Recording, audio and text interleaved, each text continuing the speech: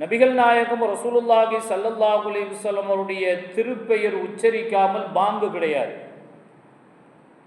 பெருமானார் ஸல்லல்லாஹு அலைஹி வஸல்லம் அவருடைய திருப்பெயர் உச்சரிக்கப்படாமல் பாங்கு கிடையாது. அஷ்ஹது அன்ன முஹம்மது ரசூலுல்லாஹ், ஒவ்வொரு பாங்கிலும் பெருமானாருடைய பெயர் அங்கு இடம்பெற்று இருக்கின்றது. அதுபோன்று இக்காமத்திலும் பெருமானார் ஸல்லல்லாஹு அலைஹி வஸல்லமுடைய பெயர் இல்லாமல் இக்காமத்து கூடாது. தொழுகை இருக்குகின்றதே, இது முற்றிலுமாக அல்லாஹ்வுக்கு உரிய இபாதத்.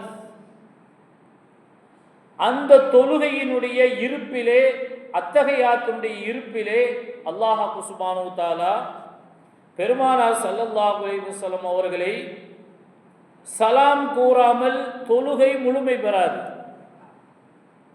அஸ்ஸலாமு அலைக்க அய்யுஹன் நபிய்யு வ ரஹ்மத்துல்லாஹி வ பரகாத்துஹு என்று பெருமானாருடைய பெயர் கூறப்படாமல் தொழுகை முழுமை பெறாது. ஜனாசா தொழுகையில் சுஜூது கிடையாது. மற்ற ஐங்கால தொழுகையில் ருக்கு சுஜூது இருக்குது. ஆனால் ஜனாசாவினுடைய தொழுகையிலே ருக்கு சுஜூது கிடையாது. ஆனால் பெருமானார் ரசூலை கரீம் ஸல்லல்லாஹு அலைஹி வஸல்லம் அவர்கள் மீது ஸலவாத்து சொல்லணும். ஜனாசாவிலே பெருமானார் மீது இரண்டாவது தக்பீரில் பெருமானார் ஸல்லல்லாஹு அலைஹி வஸல்லம் மீது ஸலவாத்து சொல்ல வேண்டும் என்ற சட்டம் இருக்குகின்றது. ஆக மார்க்கம் நம்முடைய நபிகள் நாயகம் ரசூலுல்லாஹி ஸல்லல்லாஹு அலைஹி வஸல்லம் அவர்களுக்கு கொடுத்திருக்கக்கூடிய முக்கியத்துவம் என்ன, எந்த அளவுக்கு முக்கியத்துவம் பெருமானாருக்கு கொடுத்திருக்கின்றது என்பதை நாம் சிந்தித்து பார்க்க வேண்டும்.